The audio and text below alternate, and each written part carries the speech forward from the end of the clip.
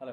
आज की मेरी वीडियो है डिलीटेड डाटा के ऊपर। और जब आप अपने मेमोरी कार्ड या किसी भी स्टोरेज डिवाइस को फॉर्मेट करते हो तो वो डाटा कहाँ जाता है और कैसे आप उसको रिकवर कर सकते हो। तो जब आप किसी भी स्टोरेज डिवाइस को या किसी मेमोरी कार्ड को जब आप फॉर्मेट करते हैं तो उसका जो डाटा होता है वो डिलीट नहीं होता है रियल सेंस में। वो आपके स्टोरेज डिवाइस में ही रहता है। वो तब जाता है जब आप उसमें कोई दूसरा डाटा डालते हैं, मतलब अपने स्टोरेज डिवाइस को ओवरराइट करते हैं। जैसे मान लीजिए मेरी पेन ड्राइव 2 GB की कैपेसिटी की है और मैंने उसको फॉर्मेट कर दिया। उसमें 2 GB डाटा था ऑलरेडी और मैंने वो फॉर्मेट कर दिया।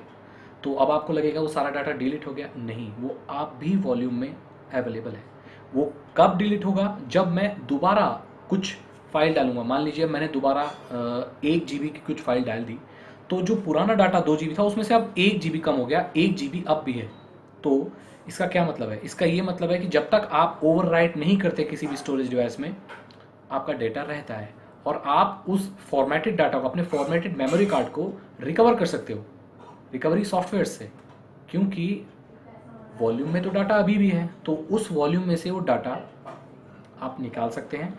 मैं डिस्क्रिप्शन में उस सॉफ्टवेयर का लिंक आपको दूंगा और आप फ्रीली डाउनलोड कर सकते हो उसको और यूज़ कर सकते हो।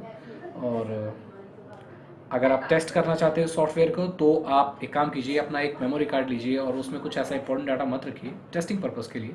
उसमें कुछ डाटा रखिए और उसको फॉर्मेट कर दीजिए और फिर उस सॉफ्टवेयर से रिकवर करके देखिए, आपकी सारी फाइल रिकवर हो जाएंगी। तो आई होप आपको सारी इन्फॉर्मेशन मिल गई होगी। Thank you so much. Good bye.